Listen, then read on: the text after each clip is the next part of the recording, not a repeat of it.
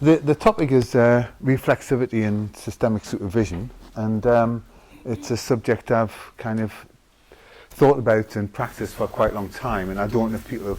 Did you get all the papers? Mm-hmm. Yeah. I doubt that you've had time to read them all, you know, so, but I'd be really pleased to have questions about what connections and differences you see over the years. I think there are some things I use consistently and changes I've made. You were passed around pieces of paper, and that's because I like to not just talk about reflexivity, but try to practice it in whatever I'm doing. And so one of the things in groups of this size is that when you ask for questions or comments, some people feel confident and comfortable and able to speak out and to ask their questions, and some people don't, and they're just hoping that somebody else will ask the question that they've got in their minds, but sometimes that doesn't happen. So what I like to do is, if you have a question or comment that you've got ready, if you write that down and then pass it forward, so I'll be able to maybe group them into themes. I'll be able to invent the questions that I want people to ask me if you don't ask me. And so I'll be able to do that. And so each person gets a chance to ask about what they want. We start like that, but that's not a once and for all offer. If there's other questions that you want to ask but don't feel able to ask in the group, just make sure it's put on the desk, or, you know, so nobody can see you doing it. So if you just do that attention, what's the questions that you've got at the moment, or comments that it might be arising from the papers, it might be from your supervisory practice as a supervisor, it might be supervisory practice from your position as a supervisee, because supervision, or I realised that the last ACT conference, the national conference that took place in Gateshead, which is just from a mile from where I was brought up in Heaton and Newcastle. One thing I learned about our field is that if you want to invent a new concept, you take an old word and you put relational in front. That's the way to do it. You know, so that you have risk taking, and Barry Mason puts relational, so you do relational risk taking, you know. So if you're taking a risk, it's not enough that you take the risk, you want to join other people in taking the risk with you, you know. Then Sheila McNamee, there's the idea of responsibility, so she wrote about relational responsibility. Well, I was quite pleased with that, because what I realised is that when you're not wanting to take responsibility for something that you've done, you know, you look around and see which of your relations you can blame for it. And so I think I wrote to her, I said, that is what you meant, Sheila, by relational responsibility. Which relation is responsible for you ending up as you are? You know? And she said, that's just precisely what I meant, John, she said.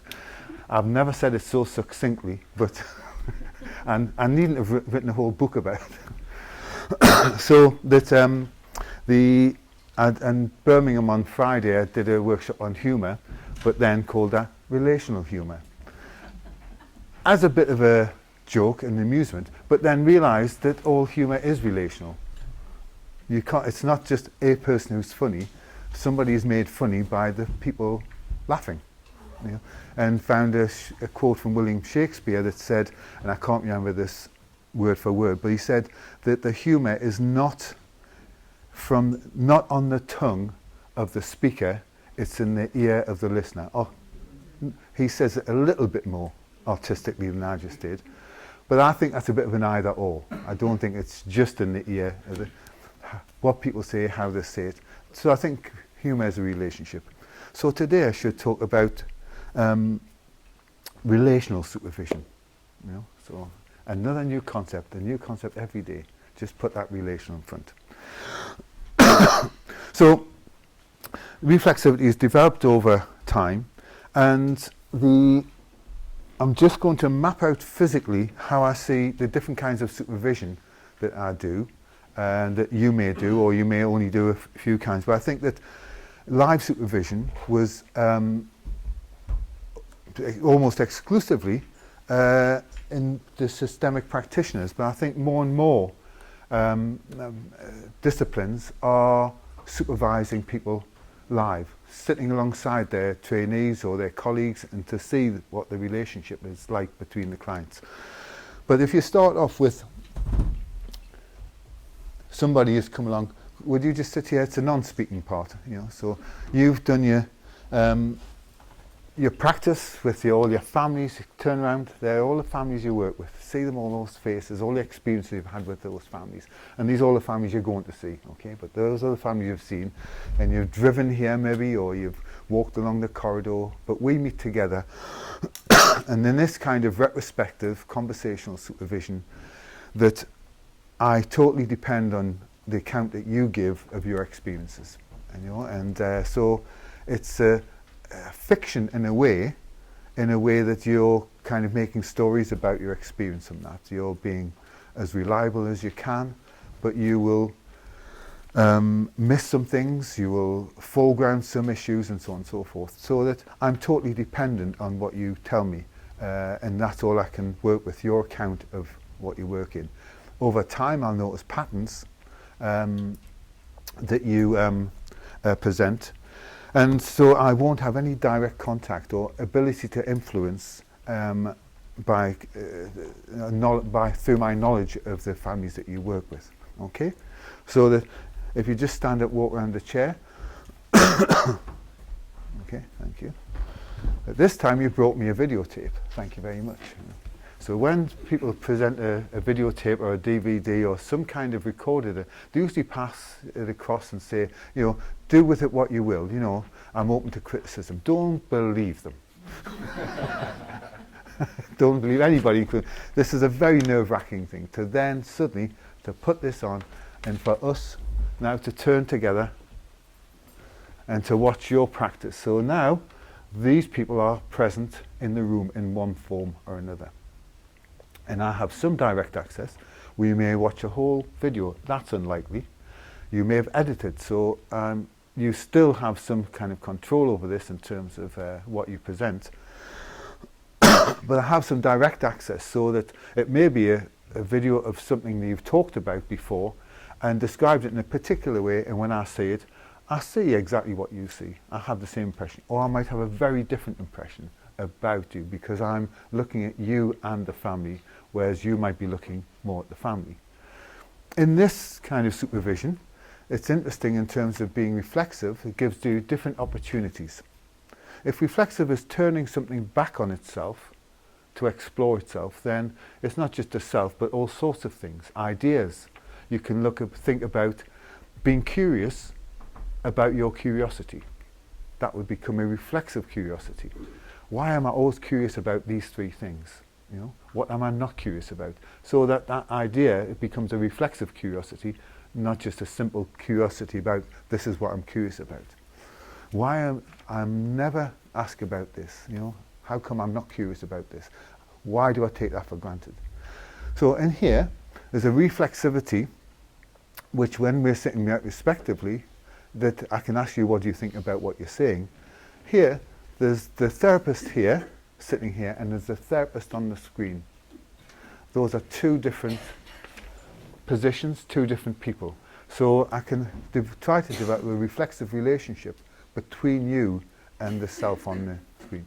If you're sitting here and having the same ideas as you did then, you know, sometimes if I watch a video and a client says something, if I haven't remembered everything that happened, if I find myself saying the same kind of question that actually comes out of my mouth on the video, then I think, I'm in the same position as I am there. How can I get into a different position here than I am on there? How can I, as a supervisor, help you to get into a different position? So I can ask you some questions about, excuse me, when you see yourself on the screen there, what kind of advice would you give yourself now that it wasn't available to you then? You know, if you were to supervise yourself and you know, kind of encourage yourself to take some risks with this session, what kind of risks? It's safe now, it's on video, you know, that this is past, so they can't hear you. What questions might you want to risk asking them that you didn't at that time? So I want to develop a reflexive relationship between the person sitting here and the person on the screen. So that would be from video supervision. Okay? So then, if you just turn your chair and you move a bit closer to these people. So in live supervision, you'll be looking at them. This position in terms of reflexivity is that, just let me ask you a question. Who here, if you were to go into work tomorrow and on the steps at the front door, there's no other way to get into the building, on the front step is a manager who is an either-or manager and says you can come into the building and continue to work for us, continue to be paid, but you have to make a choice. You have to come in and work as a therapist or psychologist or a social worker, whatever you're working as, or as a supervisor of other people's practice. And there's no negotiation, that's your choice. Who would continue to work as a practitioner? Okay? Who would say, okay, I'll come and work as a supervisor? Okay, not so many. Okay, not so many. Okay? Here, I think in all forms of supervision, but particularly in live supervision, the people who like to practice, as I still like to practice, are more in danger here. Because when the clients are there, the clients bring out the therapist or the practitioner in you. You know? When the clients aren't there, you're freer to be, you can't talk to the clients, so you're freer to be more of a supervisor. You're not immune to thinking like a therapist, but when the clients are there, you're maybe sitting this side of the screen or in one way or another, but eventually you'd really like to be here. Could you just move out of the If you're sitting here and the supervisee, the therapist in the room, the family says something, and they say what you would say. This is going well. If they say something, and something different comes, what? It perturbs you. And if it perturbs you, then you're thinking more like a practitioner, more like a therapist, more like a psychologist. You're thinking more like you would there and how you would respond. In this position, I'm sitting alongside you, say behind a screen or in some way, physically alongside, is also maybe emotionally and intellectually alongside, because I'm looking there and I'm thinking about this session from the perspective of my therapy or my clinical practice experience. And this helped me in a group which I always arrived after them. It was planned, it wasn't just neglectful lateness, it was by planning. And they always left this seat for me, which was right alongside with the family there and the therapist. There was a screen. And then we talked about this, and they said that was the seat I liked. But I thought that was the seat I was left. So anyway, I thought, what about if I reposition? And when I repositioned my seat behind the screen to here, so I was alongside the family, but I was watching the therapist. This helped to bring out the supervisor in me. So I was watching and focusing on the practitioner's practice. I could hear what the family was saying, and that didn't mean to say I never dropped into being the therapist, but it helped me to focus on that my job is to help you work with them. I'm not in the room, you know, and when you come out of the room or when I call through to you, this kind of thing, it's more helpful if I speak from the position of supervisor or coach or whatever request you've made to me than as a therapist, as if I was sitting there. You might want to draw on my experience as a therapist, that's fine, but that must be a part of the resource that I offer you, not the only resource that I offer you. And so in live supervision, you're more vulnerable in that way, because you can see you could go in there and do something. As a supervisor, I sometimes do go into the room, but somehow to do something to facilitate this process and then leave again, not to get trapped into that position. So I can take various positions, but I'm much more aware of all the positions. And physically repositioning can really help you to emotionally and intellectually. Sometimes you have to move physically before you can shift intellectually. And sitting in one place, looking in one direction, you won't necessarily be able to make that intellectual shift that you think is necessary. Okay? Okay, thank you very much. You're a natural. Okay. So those are three kind of forms of supervision that I engage in at different times. I enjoy each of them for different reasons now. Now that I have them more clearly distinguished in my mind and what position and what I can offer. The second thing that's been really important to me, and this just came, well, let me just pause, you know. Yeah.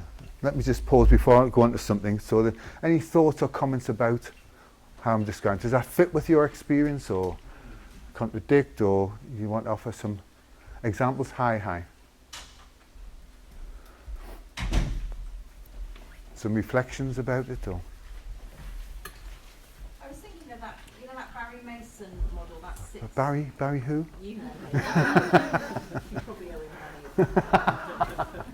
That his model, that's six aspects. Model, Yeah. And I suppose I was thinking of that as a mental map in your head. Yeah.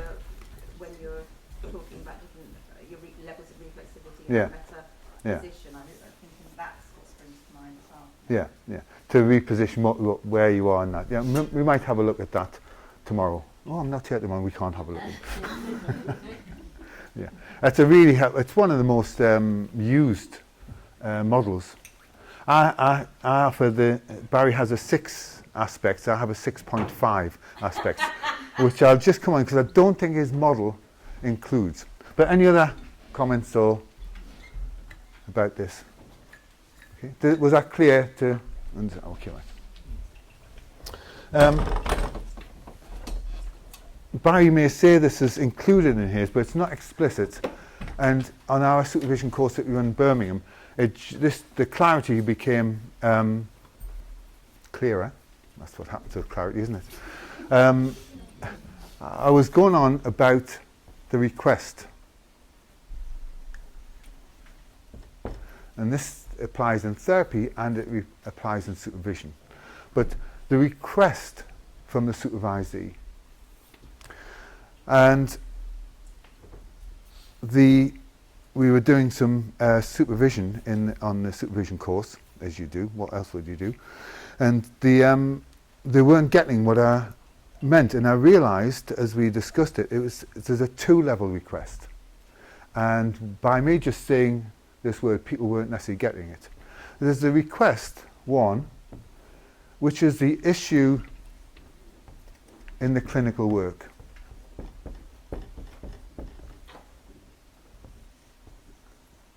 Okay? So people might come, what are the kind of requests that supervisees make when they come? Whether you're the supervisee and you're going for supervision, or that people are coming to you for what kind of requests do people make?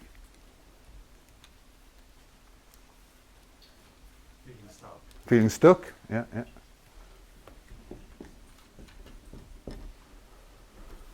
Are people familiar with this? Pen point 1. It's an advance on PowerPoint. You know, it's connected to your hand and it moves. You know, you can do multiple fonts. Very reliable. How to use theory. How to use theory.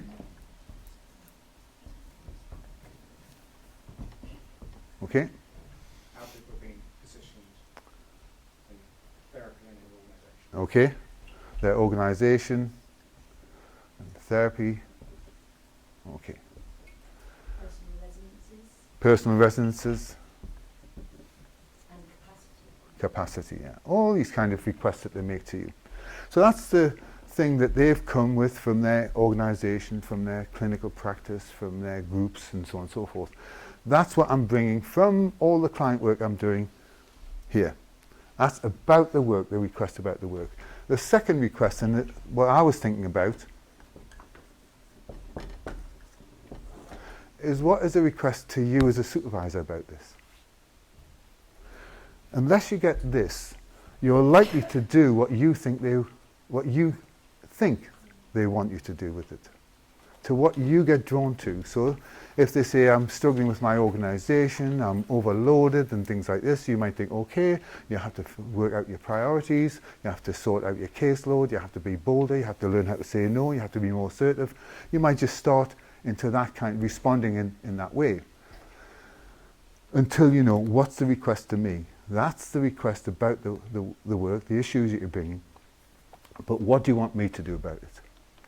It was like a Friday afternoon, and there was this clinical psychologist and family therapist came. I really enjoyed that supervision because she was such an excellent practitioner and trainer and things like this. It was easy work, enjoyable, you know. So this Friday afternoon came, and she came along and said, I'm feeling real trouble. And I said, what is it? And she said, well, there's been 2 families that have made a complaint about some practice I was doing. And she said 2 of the trainees have also expressed some disgruntlement about how the supervision went and things like this. And so that's the issue, that's the request about the work, what she was bringing. Now, immediately, what might you think of doing to such a practitioner? Without overthinking it too much, what's your... Reassure them. Reassure them? Rescue? I wonder what the complaints were about. Yeah. Okay, things like that. Okay. So, certainly for me, and I was just about to say, but you're an excellent practitioner, immediately side with her and reassure and things like this. And I just stopped myself, and I think this is the kind of process of reflexivity, when you can catch yourself sometimes in the moment. You know, sometimes it's later, you go ahead and make the mistake, and later you say, why do I keep doing that? So I said, you know, I'm just about to reassure you and remind you that you're a good practitioner and trainer, and this is probably just a blip and things like this. That's what I was just about to do. Is that what you're after? She said, quite frankly, no. She said, I know I'm a good practitioner. I'm quite confident. And I know I'm a good trainer. You know, but something's going wrong here. I can't just take it for granted that, you know, I must be doing something, you know, something's happening in these particular cases, or more generally, and that I'm not aware of. So I really need to deconstruct this, I really need to explore this, and so on and so forth.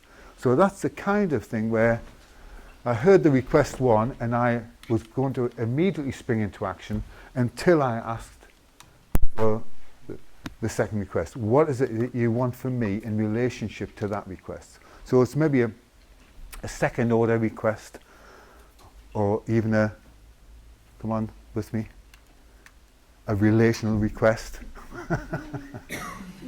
God, once you get going into this, it's a new concept every paragraph.